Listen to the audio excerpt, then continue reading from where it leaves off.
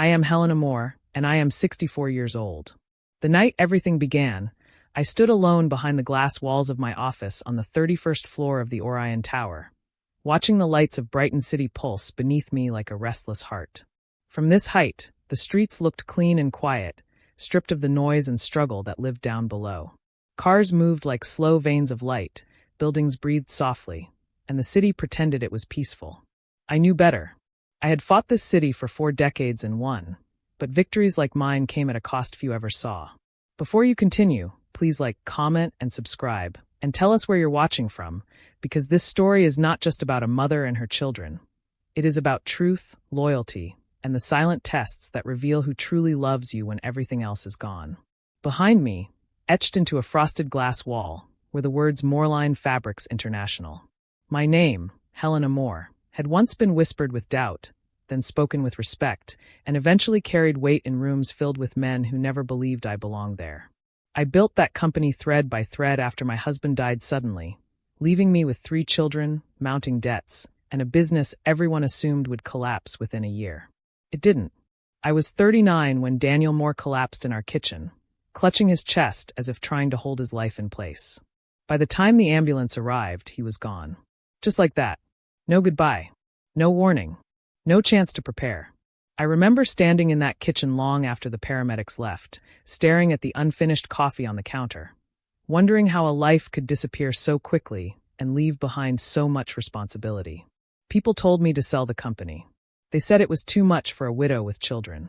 Bankers smiled politely and declined my loan requests. Suppliers asked to speak to someone more experienced. Competitors waited patiently for me to fail. I worked 18-hour days, learned every aspect of production, memorized contracts, slept in my office, and cried in private bathrooms where no one could see weakness crack my face. I survived. No more than that, I thrived. By the time I turned 50, Moorline Fabrics supplied several national clothing brands. By 60, my personal net worth quietly reached $49 million.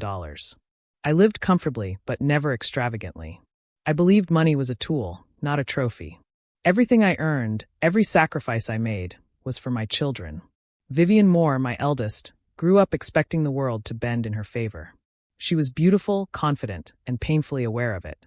I paid for her education in Switzerland, her internships, her wedding, and later, the down payment on her estate in Kingswell Ridge, a gated neighborhood lined with white stone mansions and trimmed hedges that never showed a leaf out of place. Ethan Moore, my middle child, was brilliant and ambitious. He went to a private medical school that cost more than most people's homes. I wrote every check without hesitation. Textbooks, tuition, overseas seminars. Nothing was too expensive if it secured his future. And then there was Caleb Moore, my youngest. Caleb never wanted the life his siblings chased. He became a public school teacher, lived in a modest neighborhood called Haven Row, and married Lena, a quiet woman with kind eyes and a laugh that sounded like relief. Vivian and Ethan mocked him openly, called him wasted potential. I never joined in, but I didn't defend him enough either. I assumed money defined success. That was my first failure. The day everything changed started like any other. I sat at my desk reviewing financial summaries when my phone rang. Vivian called first. "Mom, I need $210,000, she said casually, as if asking for groceries. The kitchen renovation went over budget, and the imported marble doubled in price. I stared at the skyline as she spoke, nodding automatically. Then Ethan called. "I need $85,000, he said. "There's a private investment opportunity with a colleague. Guaranteed returns." Finally, Caleb called. "Hi, Mom," he said softly. "I just wanted to check in. You sounded tired yesterday. No money. No request. Just concern." After the call ended, something inside me broke open. That night, long after the city dimmed and the office emptied, I sat alone and understood something painful and undeniable. My children loved me, but not equally, and not always for the same reasons. Money had blurred the truth. It cushioned them, protected them, and perhaps corrupted them. I needed to know who would still open the door if I had nothing. The decision terrified me. I called my lawyer, Martin Hale, just before midnight. "This is dangerous," he said after I explained. "You're 64. You could get hurt." "I already am," I replied quietly. "I just haven't admitted it." He begged me to reconsider. I refused. Within days, the plan was set. I moved my valuables into a private vault. Jewelry, designer clothes, documents. I withdrew a small emergency fund Martin insisted on, sealed away in case of real danger. Then I did something I hadn't done in decades. I let myself become ordinary. I bought worn clothes from a thrift store. I stopped styling my hair. I smudged my hands with dirt. I practiced walking slower, smaller, less visible. When I looked in the mirror, I barely recognized myself. I looked invisible. On a bitter February evening, I left my penthouse carrying a torn plastic bag and no phone. The cold slapped my face like an accusation. For the first time in years, I felt afraid, not of failure, but of truth. My first stop was Vivian's house. Kingswell Ridge gleamed under soft morning light. Golden gates, marble steps, fountains I had helped pay for. My stomach twisted as I pressed the intercom. Yes, Vivian's voice crackled through. It's me, I said. Mom. The gate buzzed open. Vivian opened the door just enough to block the entrance. Her eyes swept over my coat, my shoes, the bag in my hand. What happened to you? She asked, embarrassment sharp in her tone. I lost everything, I said. The company failed. I just need a place to stay. A few nights. Her jaw tightened. You can't stay here, she said flatly. I have people coming over. This isn't appropriate. I'm your mother, I whispered. I'll send money, she replied quickly. But you can't be here. Then she closed the door. The sound echoed louder than the gate behind me. I stood there, staring at the door I had once helped design, watching her laugh inside as if nothing had happened. Tears burned my eyes, but I didn't wipe them away. One door, I murmured. One truth. The second door belonged to Ethan. His house was modern and cold, all glass and steel. When he saw me, shock flickered briefly before calculation replaced it. I can't have this here, he said after hearing my story. My reputation matters. He handed me $70 and gently guided me back outside. That night, I sat on a park bench under a streetlight, rain soaking my coat, my body aching in ways wealth had long shielded me from. People passed without looking. I had never felt so alone or so awake. One door remained. And I prayed not for money, not for comfort, but for love. By the time dawn crept across the sky, Helena Moore felt as though she had aged 10 years overnight. The park bench where she had spent the night was cold and damp, the wooden slats biting into her back no matter how she shifted. Her joints ached in ways she wasn't used to, and when she tried to stand, her knees protested sharply, forcing her to pause and steady herself against the lamppost. She had survived boardroom battles, hostile takeovers, and years of sleepless nights. But nothing had prepared her for the quiet cruelty of being unseen. People passed her without a glance. Some crossed the street. Others looked straight through her, their eyes sliding away as if she were part of the pavement. The city that once bowed to her success now barely acknowledged her existence. Clutching the torn plastic bag that held her few belongings, Helena took a slow breath and whispered the name she had been avoiding all night. Caleb. The walk to Haven Row took nearly an hour. The neighborhood changed gradually, almost imperceptibly at first. Polished sidewalks gave way to cracked concrete. Manicured lawns were replaced by small patches of grass bordered by simple fences. The air smelled less like perfume and polished stone, and more like laundry soap and breakfast cooking. When she reached Caleb's street, her heart began to pound, not with fear, but with something closer to shame. She had judged this place once. Quietly in her mind. She had wondered how her youngest son could settle for so little when she had worked so hard to give him everything. Now, standing there with aching feet and an empty stomach, she realized how wrong she had been. The house was small, cream-colored, with a slightly crooked mailbox and a porch light that flickered faintly even in daylight. A potted plant sat by the door, its leaves green and healthy despite the chipped pot. Helena hesitated. What if this door closed too? What if she had failed all of them? Her hand trembled as she reached for the bell. The door opened almost immediately. Caleb's wife, Lena, stood there in a faded sweater, her dark hair pulled back into a loose ponytail. The moment her eyes landed on Helena, her face drained of color. "Oh my God," Lena whispered. "Helena, what happened?" Helena opened her mouth, but the words tangled in her throat. Before she could explain, Lena stepped forward and pulled her inside without hesitation. Warmth wrapped around Helena like a blanket. The smell of soup filled the small entryway, rich and comforting. The heater hummed softly. The sharp bite of cold vanished, replaced by something she hadn't felt in days, safety. "Caleb," Lena called out, her voice urgent but gentle. It's your mom. Footsteps hurried down the narrow hallway. Caleb appeared, his expression shifting from confusion to shock in a heartbeat. Mom, he said, rushing toward her. What happened to you? He didn't wait for an answer. His hands were already on her shoulders, steadying her, checking her face, her arms, as if making sure she was real. I lost everything, Helena said quietly. The company, it's gone. I don't have anywhere else to go. Caleb's jaw tightened. He pulled her into a hug so sudden and firm that she nearly lost her balance. You're staying here, he said into her shoulder. No arguments. Lena was already moving, grabbing a blanket from the couch, guiding Helena toward the sofa. You're freezing, she said softly. Sit. I'll warm up the soup. Helena sat down, stunned. No questions. No hesitation. No embarrassed glances toward the street. Just concern. Just love. As Lena disappeared into the kitchen, Caleb crouched in front of Helena, his brow furrowed with worry. Did you eat? He asked. She shook her head. I'll fix that, he said immediately. And don't worry, we'll figure everything out. Figure everything out. The words hit her harder than any rejection had. Lena returned with a steaming bowl of soup and placed it gently in Helena's hands. The heat seeped into her fingers, making them ache as circulation returned. Eat slowly, Lena said. You're safe here. Helena took the first spoonful, and tears blurred her vision. The soup was simple, vegetables, broth, maybe a bit of chicken, but it tasted like relief. That night, Caleb insisted she take their bed. We'll sleep on the sofa, he said when she protested. But this is your home, Helena argued weakly. Lena smiled softly. Family doesn't keep score.